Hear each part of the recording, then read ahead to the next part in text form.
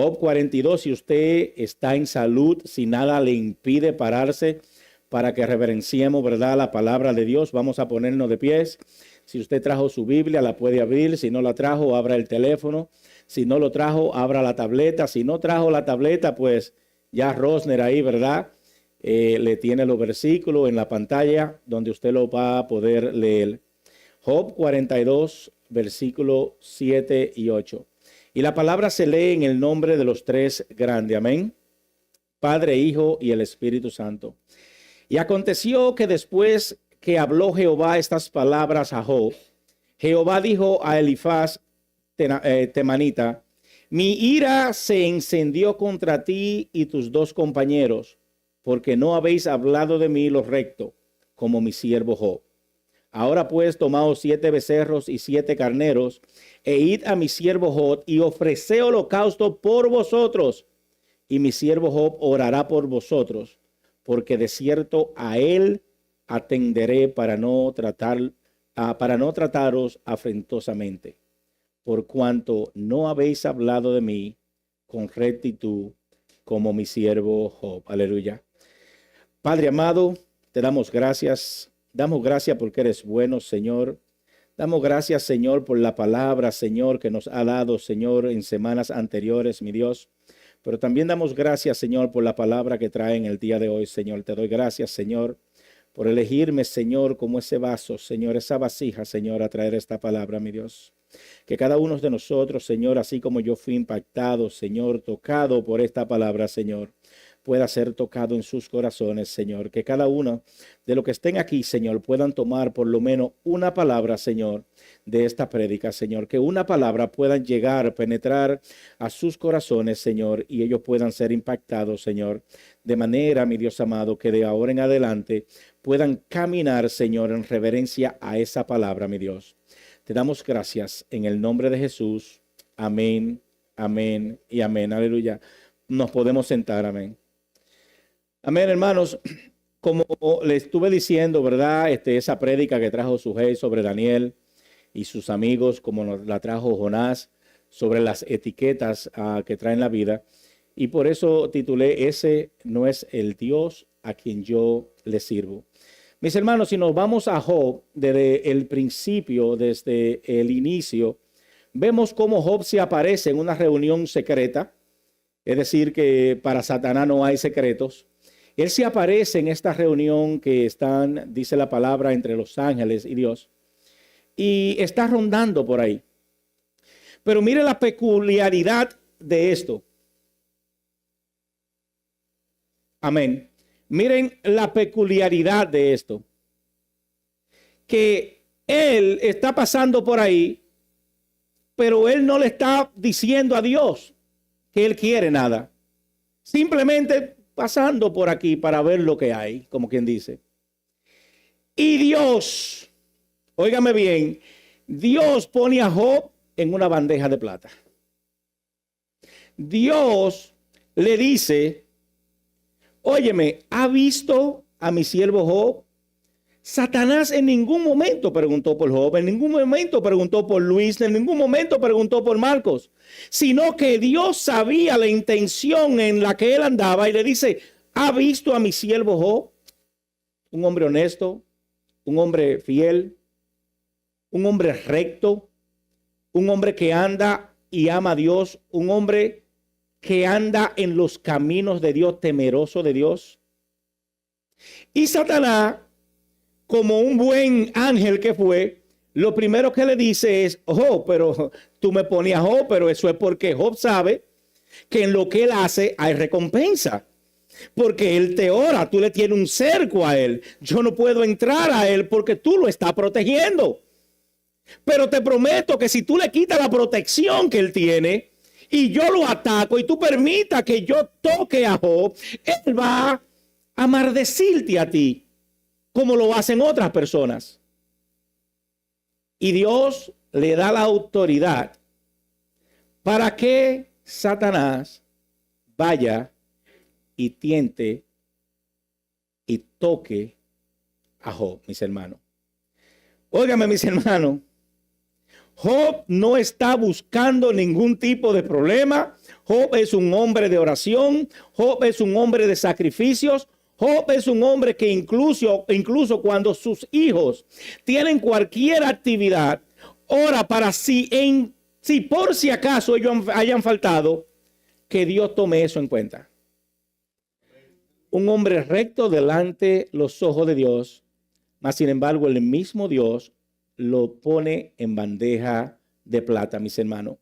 Mis hermanos, y a mí me parece que una de las razones por las que Dios entrega y encomienda a Job para esta temporada, vamos a decir, de pruebas, de dificultades, es porque Dios entiende que en ese momento Job le podía enseñar o dar una lección a Satanás. Dios le entrega a Job porque él sabía que Job podía darle una lección al mismo diablo, mis hermanos. Porque lo que pasa es que el maligno piensa que la única razón por la cual nosotros le servimos a Dios es porque todo nos va bien, porque Dios nos mantiene, porque nada nos pasa. Mas sin embargo, mis hermanos, esa no es la realidad de nosotros, esa no es la realidad del evangelio. Es decir, que él piensa que nosotros le somos fieles a Dios simple y llanamente porque Dios nos mantiene y nos da a nosotros. Pero Dios entiende, mis hermanos, que Job era esa persona, mis hermanos, que en la tierra aquí podía dejarle saber al maligno que no importando las situaciones o la prueba por la cual nosotros pasemos, aún hay hombres y mujeres que le sirven a Dios sin temor y con compasión, y que no importando cómo nosotros estemos, vamos a estar agarrados de la mano de Dios. Gloria a Dios. Hermano, que hay personas que aunque nuestras vidas parezcan un desastre, todavía seguimos clamando al Dios del cielo. Que habemos personas, mis hermanos, que aunque podemos o estemos en la peor situación de nuestras vidas, aunque nos encontremos con la espalda entre la pared, aún así todavía seguimos dándole gracias a Dios y agarrado de la mano de Dios.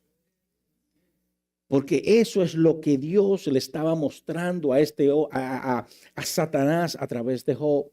Dios le estaba poniendo un espejo para que él viera que el que ama a Dios de corazón, que el que adora a Dios de corazón, que el que le tiene temor a Dios y es de corazón, no importando la circunstancia que traiga la vida, nunca va a soltarse de las manos de Dios.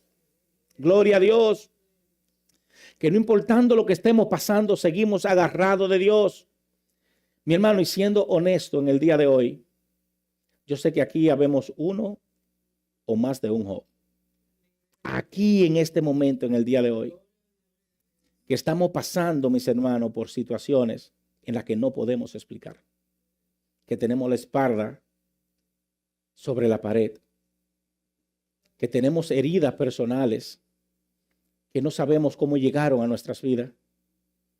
Que estamos pasando por situaciones y dificultades que no tenemos explicaciones para ella, pero más sin embargo, hoy estamos y nos encontramos aquí en el día de hoy adorando, glorificando a Dios, dándole gracias, diciéndole cuánto los amamos, cuánto nosotros estamos perdidos por Él, cómo nosotros queremos su presencia y anhelamos su presencia a través del dolor y de la dificultad, mi hermano. Que todavía tenemos personas que, como Job estaba enfermo, como Job estaba pasando prueba, como Job estaba pasando todo, todavía nuestra fe está cementada en Dios. Nuestra fe no se ha alejado de Dios. Hermano, Dios usó a Job para corregir a Satanás. Pero yo me atrevo a decir también que en esta historia, Dios usa a este hombre no solamente para corregir al mismo diablo, sino para corregir a 3 de sus amigos que eran compañeros de él. Óigame bien, estos hombres estaban siendo ¿qué? Corregidos por Job también. Y Job tenía 3 amigos, el nombre de ellos era Elifaz, Bildad y Zofar. Estos tres amigos de Job, Elifaz, mi hermano, Bildad y Jolá, son tres hermanos de Dios, de Job. Tres personas que conocen a Job. Ellos son conciudadanos de Job. Ellos van a la misma iglesia que Job asistía. Ellos adoraban junto como estamos nosotros adorando junto con Job. Ellos eran tal vez incluso de la manera que está postrado aquí, tal vez líderes religiosos en la misma iglesia que Job asistía, mis hermanos. Y estos hombres, desde el capítulo 3 hasta el capítulo 30, vienen argumentando con Job sobre quién es y quién no es Dios. Mis hermanos, por 27 capítulos, Job tiene un debate con estos hombres. Esto no es algo que fue un versículo, esto no fue algo que fue solamente un capítulo. 27 capítulos, Job está debatiendo con estos hombres, con Elifaz, Bildad y Zofar. Mis hermanos, mire, y es un debate que ellos tienen porque ellos están tratando de enseñarle a Job quién es Dios. Gloria a Dios. Estos hombres con pueblanos de Dios, de Job, vienen donde Job porque ellos quieren dejarle saber a Job el porqué de las cosas que le están pasando. Ellos vienen queriendo decirle a Job el porqué de su sufrimiento.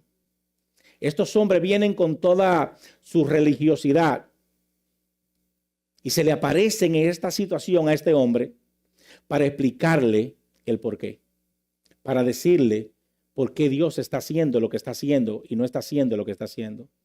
De por qué él está sufriendo de esa manera. Ellos vienen con una respuesta divina y certero de lo que ellos están diciendo, de lo que le está ocurriendo a Job, mis hermanos. Y ellos vienen a enseñarle a este hombre algunas cosas sobre Dios. Ellos vienen a compartir, ¿verdad?, de por qué la justicia de Dios se ha apartado de Job. Y ellos vienen y tratan de decirle a Job el porqué de la situación. Pero me encanta porque cuando ellos terminan de hablar, cuando ellos terminan, ¿verdad?, este debate con Job, Dios hace aparición en el capítulo 42. El mismo Dios se aparece en este capítulo 42 y escuche la acusación que Dios hace contra ellos. Dios le dice: Elifaz, Bildad y Zofar, ustedes no han hablado lo correcto de mí. Mis hermanos, Dios le está diciendo a ellos: ustedes no han hablado lo correcto de mí. Dios le quiere decir a ellos que su enojo estaba con ellos porque ustedes han venido delante de Job con toda su religiosidad que no hace sentido.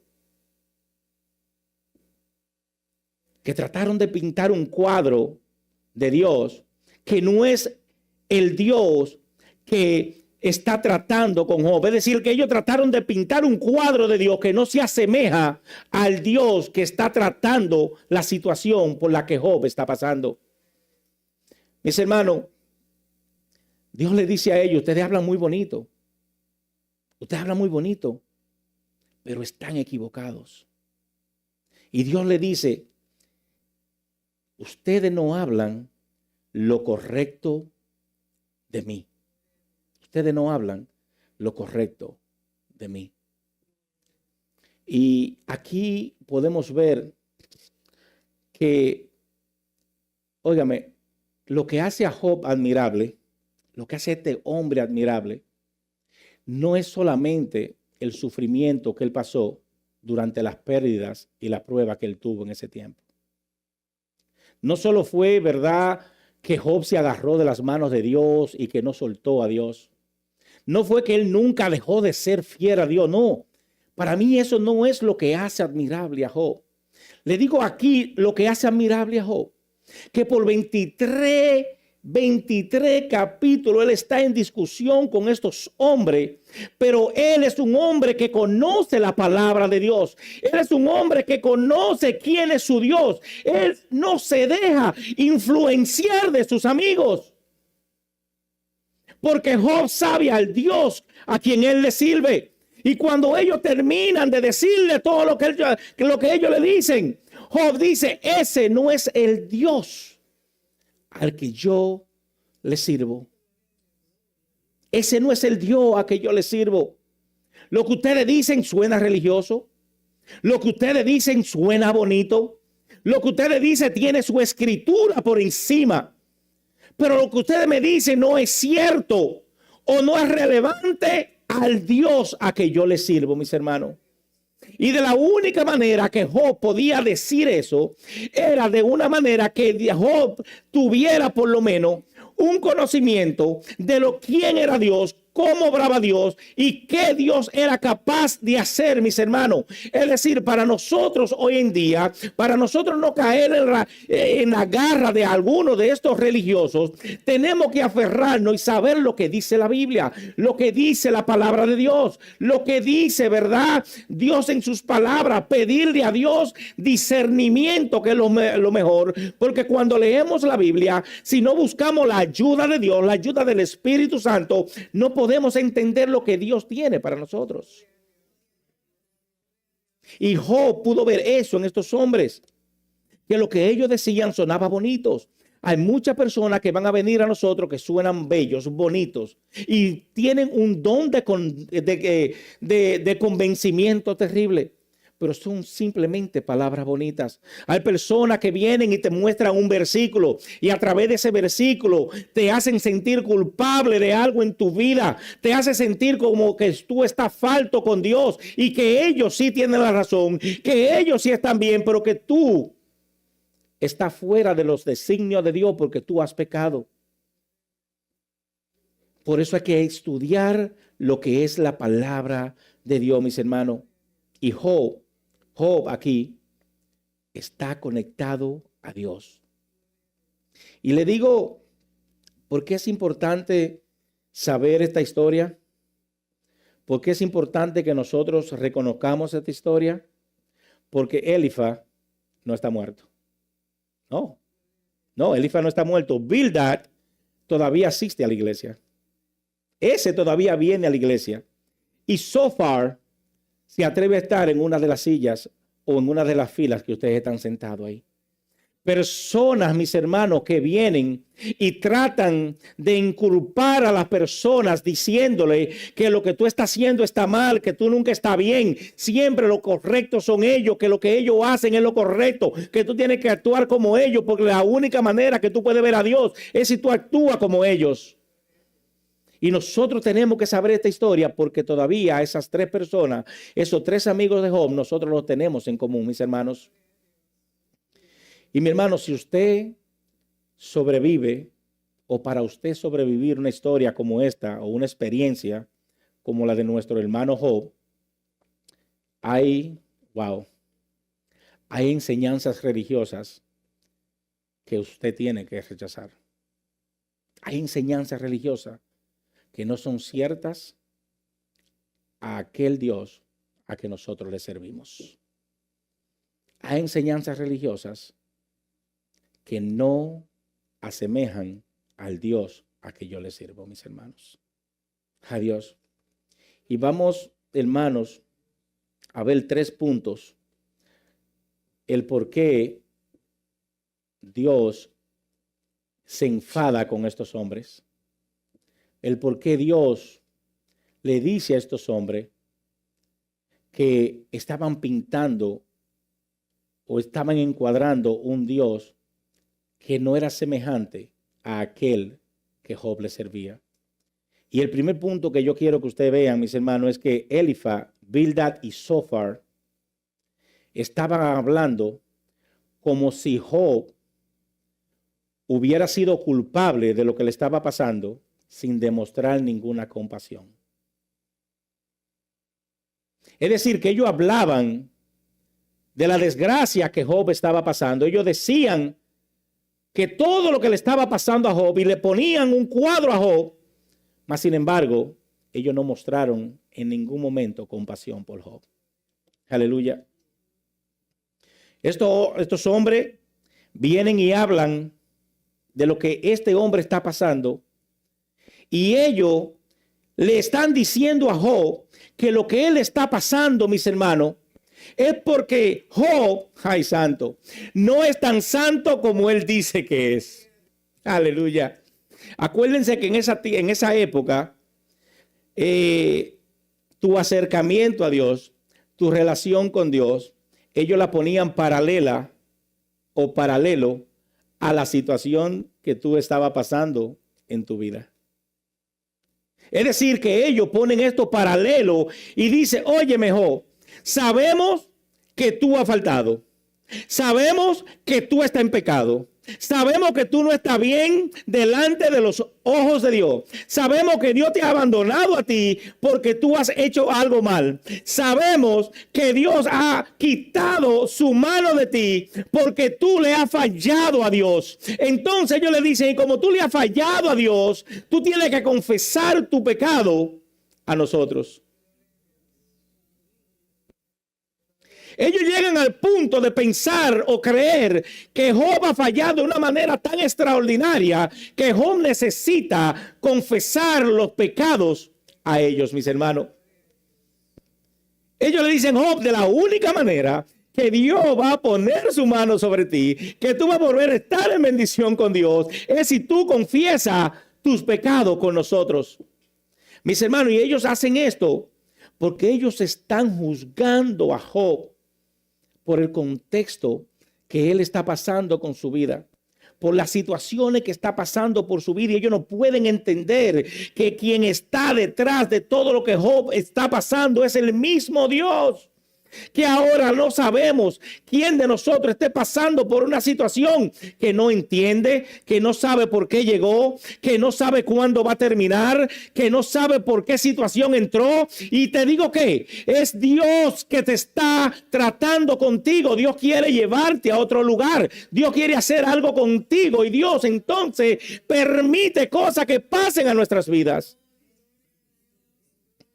Dios permite a veces que pasen cosas con nuestras vidas, mis hermanos. Cuando pasamos esta situación que Job está pasando, nosotros no necesitamos personas, mis hermanos, que vengan a acercarse al lado de nosotros, a hacernos creer que la culpa ha sido mía, a tratar de juzgarnos, a tratar de inculparnos, a decir que lo que está pasando en nuestras vidas es porque nosotros hicimos algo malo. No, mis hermanos, cuando nosotros estamos pasando por una situación en la vida, una situación, ¿verdad?, de dolor, una situación cualquiera sea la situación que estamos pasando, lo que necesitamos es un hermano que nos abrace, un hermano que ore con nosotros, un hermano que diga que todo va a estar bien, un hermano que diga, óyeme, tu sufrimiento es el mío. Dios manda a estos hombres donde Job, porque Dios quiere que ellos esté con ellos y ellos demuestren ¿qué? Compasión. Y si nos ponemos a ver, mis hermanos, la palabra compasión lo que significa es sufrir con. Dios lo que quiere es que ellos vayan y estén con Job y sufran con Job y le sean de apoyo a Job. Y si usted se da cuenta y lee, ellos no hacen su aparición en el capítulo 3, ellos lo hacen en el capítulo 2. Pero en el capítulo 2 ellos hacen lo que Dios lo mandó a hacer. Ellos se sientan. Ellos empiezan a sufrir con Job. Ellos están callados viendo lo que le está pasando a Job. Ellos están compadeciéndose de Job. Pero llega un momento que ellos dicen, pero Dios, yo no puedo estar sufriendo con este hombre. Yo no puedo estar compadeciéndome con este hombre porque este hombre ha pecado contra ti. Este hombre ha hecho algo malo contra ti. Y hoy nosotros tenemos que dejarle saber a él que él está mal delante de tus ojos. Entonces ellos empiezan a debatir con Job y se olvidan de simpatizar con Job, de sufrir con Job, mis hermanos. Mis hermanos, y miren, a mí me da cosa porque estos hombres empiezan a calumniar a Job, empiezan a decirle a Job por qué él está o no está de esta manera. Empiezan a decirle a Job por qué la situación llegó a su vida. Mas, sin embargo, mis hermanos, de la boca de Dios, cuando Dios entrega a Job, óigame lo que Dios dice de Job. Dios llama a Job varón perfecto y recto, temeroso de Dios y apartado del mal. Es decir, que nosotros sabemos qué piensa Dios de Job. Ahora, ¿qué piensa Dios de los 3 hombres que están ahí con Job? Hay que ver este contexto, ¿verdad? Dios dice de Job, lo llama varón perfecto, varón recto, temeroso de Dios y apartado del mal. Mas, sin embargo, de los 3 amigos de Job, lo único que sabemos es de dónde ellos son. Es decir, Job es recto, perfecto, temeroso de Dios y apartado del mal. Mas, sin embargo, lo que lo están juzgando, solamente sabemos de dónde ellos son, mis hermanos. Es decir, que si Job era pecador, ellos lo eran aún más. Que si Job le había faltado a Dios, aún más ellos le habían faltado. Que si Job estaba fuera de los caminos de Dios, ellos estaban aún más lejos de los caminos de Dios, mis hermanos. Y eso es lo que hace la religiosidad en las mismas iglesias, que quieren apartar a los mismos hombres y mujeres que están buscando de Dios y que por una o por otra razón, tal vez vengan y carguen en un sufrimiento, en un dolor, y empiezan a juzgarlo de acuerdo a su humanidad propia. Aleluya, gloria a Dios. Mis hermanos, que cuando veamos un hermano, una hermana que esté pasando por una situación, vamos a acercarnos a ese hermano. Vamos a ser empáticos con ese hermano. Vamos a tratar de sufrir con ese hermano. Vamos a orar con ese hermano. Vamos a llegar, mi hermano, ¿le digo a qué? Vamos a desafiar al mismo hermano a que hagamos una oración, a que hagamos un ayuno por la situación que él está pasando. Vamos a enfatizar con ese hermano, vamos a llamarlo, a decirle, yo puedo entender tal vez por el problema, la situación que tú estás pasando, pero yo no soy el que estoy pasando por esa situación. Por ende, vamos a orar contigo. Vamos a ayudar a buscar la presencia de Dios, a ver qué Dios quiere hablar contigo, qué Dios quiere decirte, porque mayormente las cosas que nos pasan a nosotros es porque Dios así lo quiere. La palabra dice que nosotros para cualquier cosa tocar nuestro cuerpo, nuestra alma, nuestro espíritu, debe de ser permisible a través de Dios. Dios tiene que darle permiso a cualquier cosa que toque a un hijo de Dios. Y cuando alguien, mis hermanos, le quiera hablar bonito, cuando alguien, mis hermanos, quiera tirar, ¿verdad?, un capítulo de la Biblia, cuando alguien quiera hablarle a ustedes de lo que Dios está o no está haciendo en la vida de ustedes, pásenlo por un filtro, mis hermanos. Tenemos que tener una defensa donde nosotros podamos filtrar lo que va a entrar y lo que va a salir de nuestras vidas. Tenemos que tener una defensa para poder proteger lo que nosotros conocemos y sabemos de Dios y no darle permiso a cosas que vengan a irrumpir con lo que Dios está haciendo en la vida de nosotros, mis hermanos. Eso es lo primero que vemos en estos capítulos, ¿verdad? Que ellos están acusando a Dios, pero no tienen a Job, pero no tienen compasión. Lo segundo que podemos ver es que ellos están hablando con certeza sobre lo que finalmente es un misterio. Ellos están hablando con certeza lo que finalmente es un misterio. Miren la acusación de Dios de nuevo, mis hermanos. Porque no habéis hablado de mí lo recto, como mi siervo Job. Y la pregunta es, ¿qué es lo que dice o qué es lo que Job ha dicho o ha hecho que es cierto de Dios? ¿Qué ha hecho Job o qué ha dicho? Y podemos ver, mis hermanos, que en una época de eso que Job está pasando, Job llama a Dios a capítulo. Job le dice, Dios, tú has quitado tu mano de mí. Yo estoy pasando todo esto, un hombre que era recto, un hombre que siempre te estaba buscando, y yo estoy pasando esto. Y además, Job le dice, óyeme, tú tienes que dejarme saber a mí por qué yo estoy pasando esto. Dios, esto no es justo. Esto no es correcto que yo esté pasando esto. Esto es Job. Lo que Job le está diciendo a Dios. Dios, tú tienes que decirme a mí por qué me pasa esto. Tú me debes una explicación. Pero cuando llegamos al capítulo 42, mis hermanos, si leemos los versículos del 1 al 6, podemos ver que Job se arrepiente. Job dijo todo eso, pero Job en los versículos del 1 al 6, en este mismo capítulo que leímos, Job se arrepiente. Ok, vamos a pausar aquí. Y vamos a ver entonces, ¿de qué se arrepiente Job? Porque según Dios, es un varón perfecto, un varón recto, temeroso de Dios y apartado del mal. Entonces, ¿de qué tiene Job que arrepentirse si el mismo Dios le está diciendo que él es todo eso?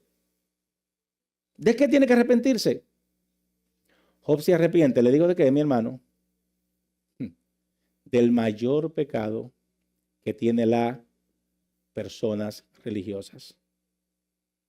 Él se arrepiente de su arrogancia por asumir y pensar que él sabía lo que Dios estaba o no estaba haciendo.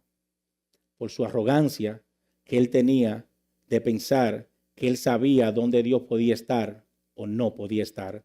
Y Job se arrepiente de todo lo que él dijo contra Dios. Aleluya. Y mire lo que pasa aquí en el versículo 3, cuando él se arrepiente. Job dice, ¿quién es el que oscurece el consejo sin entendimiento? Por tanto, yo hablaba lo que no entendía. Cosas demasiado maravillosas para mí que yo no comprendía. Wow.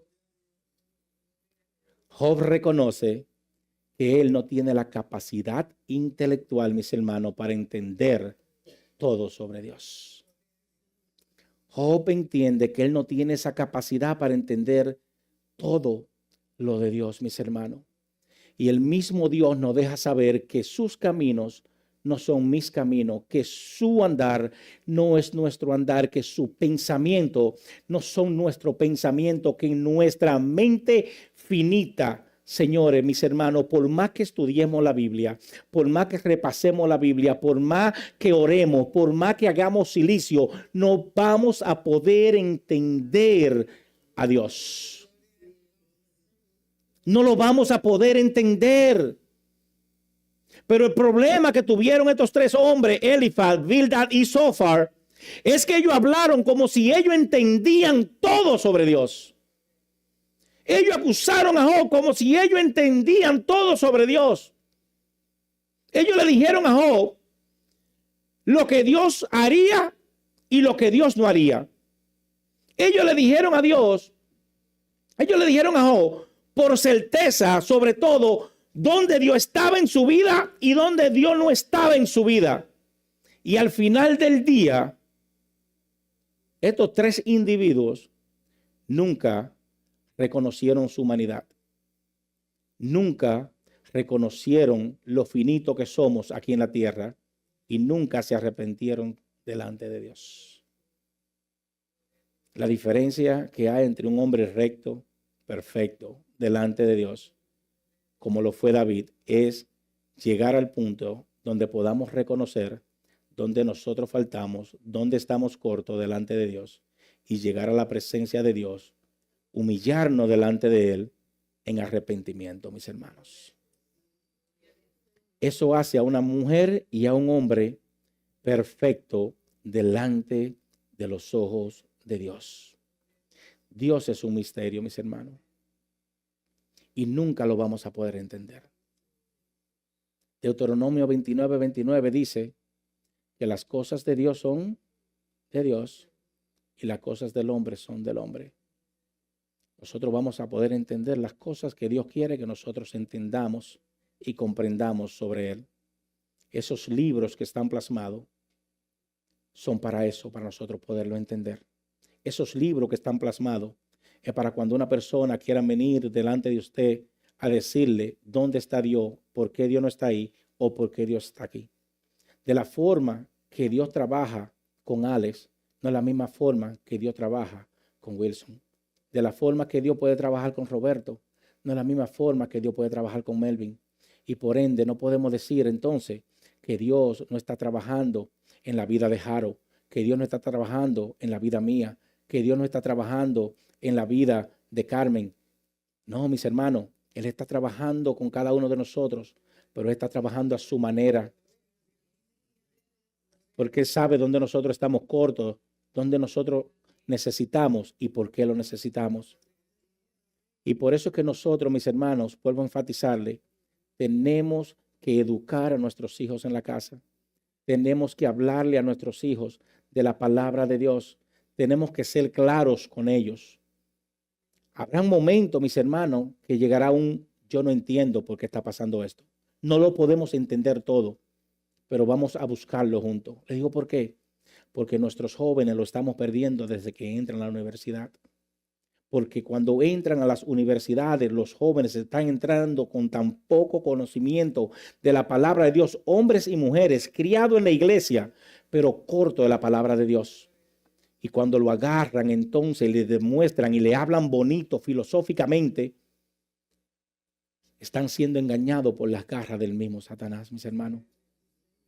Seamos diligentes en eso, mis hermanos.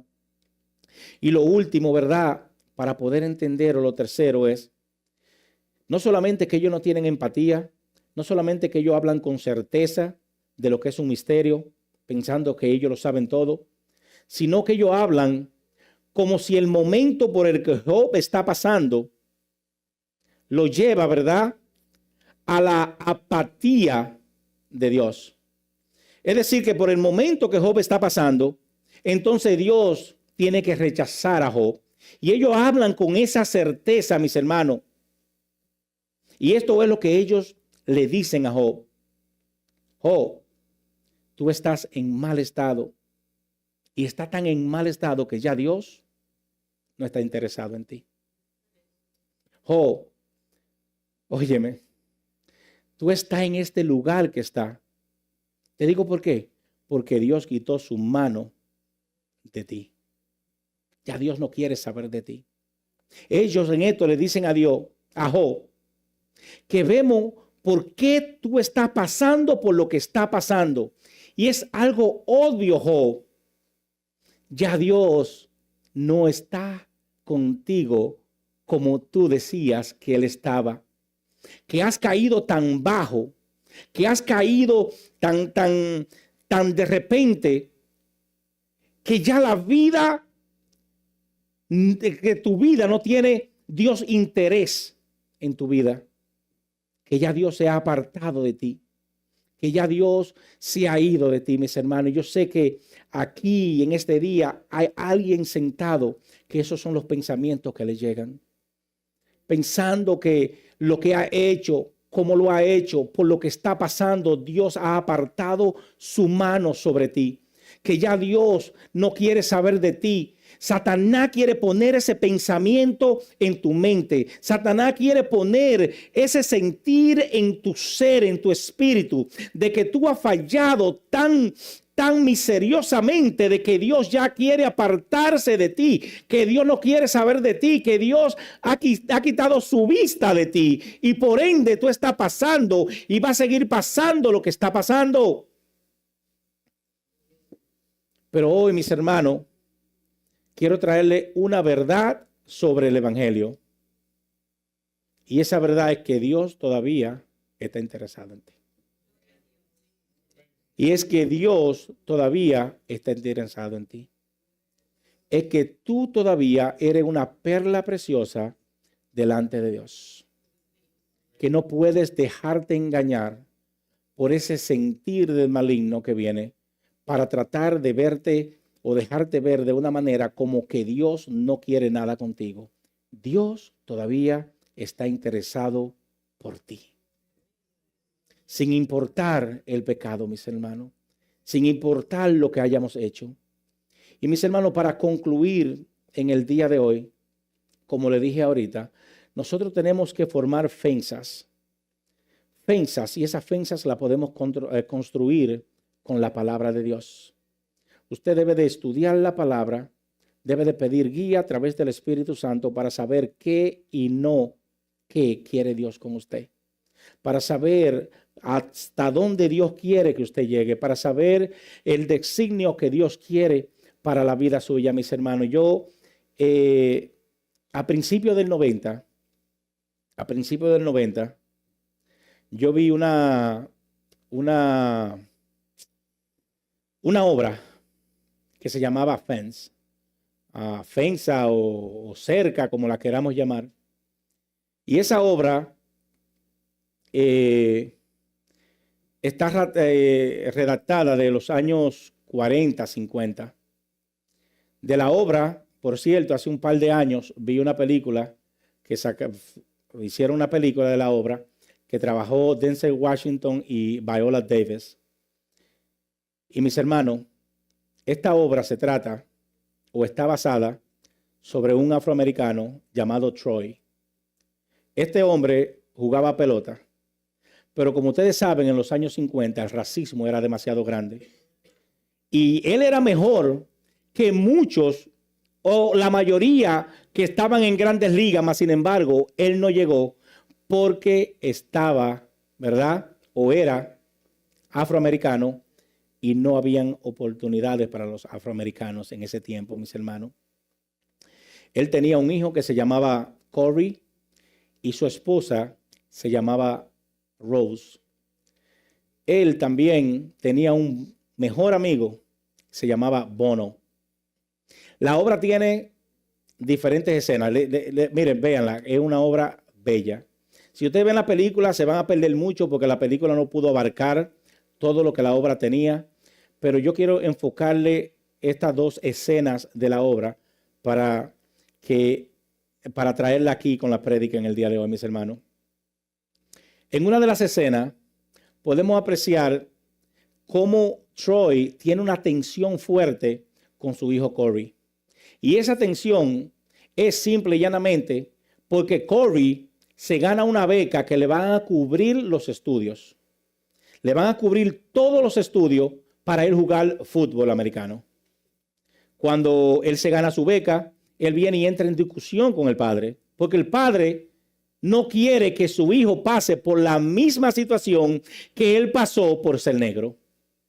Entonces esa tensión se da y hay palabras en la obra o en la misma película que fueron tan fuertes que yo decía, pero ¿cómo un padre le podía hablar así al hijo? Hasta que pude entender que era la tensión, que él estaba siempre preocupado o siempre con esa envidia de él no poder llegar a grandes ligas, sabiendo que él era mejor que la mayoría que estaban en grandes ligas. Y eso lo tenía en esa tensión con Corey, su hijo.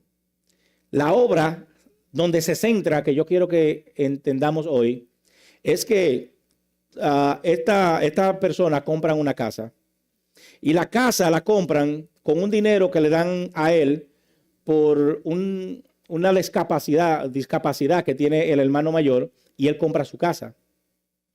Cuando él compra la casa, Rose le dice a él que hagan una fensa alrededor de la casa porque ella no quiere o porque ella quiere que se divida exactamente y que nadie penetre o trate de coger lo que es su propiedad. Entonces, ella quiere que hagan una fensa. Pero para Troy, cuando él va a hacer esa fensa solamente tiene un solo propósito. Y el propósito que tiene es que él le dice a la muerte misma, él le dice, esta fensa que se va a construir es para que tú sepas que tú no puedes entrar sin autorización a mi casa. Troy, él era Hunter era perseguido por pensamientos de muerte. Él, a través de la obra, van a ver cómo él era perseguido por esos pensamientos, que incluso llegó casi a morirse por los pensamientos que eran tan grandes, por esa esclavitud, por eso pensar que él tenía, por ese odio que él tenía, por no haber llegado, señores, a jugar grandes ligas cuando él pensaba que lo merecía, y los pensamientos que él tenía eran pensamientos de muerte. Y él, cuando va a formar esa ofensa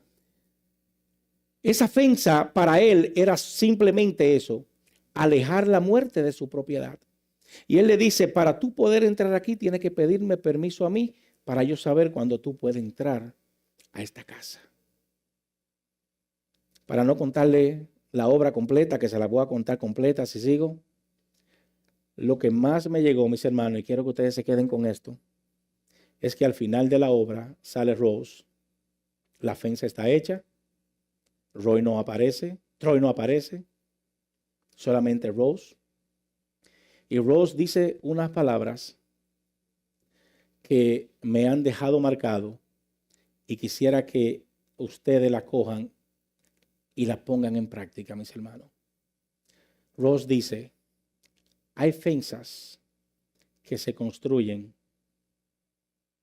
para tener cosas o no permitirle a cosas que entren a través de esa ofensa. Pero hay otras ofensas que se construyen para no permitir que nada salga de esa ofensa, mis hermanos. Y esa es la ofensa que nosotros tenemos que construir en el día de hoy. Ofensas para que el Dios que nosotros le servimos, nosotros tenemos que tener un conocimiento de ese Dios. De nosotros saber lo que nosotros permitimos entrar y salir de esa ofensa. Que es tan peligroso lo que tú permites que salga de la ofensa como lo que tú permites que entre a la ofensa de tus vidas. Que tú vas a ser perseguido por el fantasma de aquello que tú dejas salir, como va a ser perseguido por el fantasma de aquello que tú dejas entrar a las ofensas de tu vida. Forma una ofensa en tu vida de tal manera que solamente es el Dios que tú conoces puede entrar y adueñarse de tu corazón, y que todo aquello que sea rambling, que sea cosas que no sean de ese Dios que nosotros conocemos, sean bloqueadas y no entren y no hagan daño a través del tiempo. Dios le bendiga, mis hermanos. Vamos a pararnos, aleluya. Quiero orar. No sé si alguien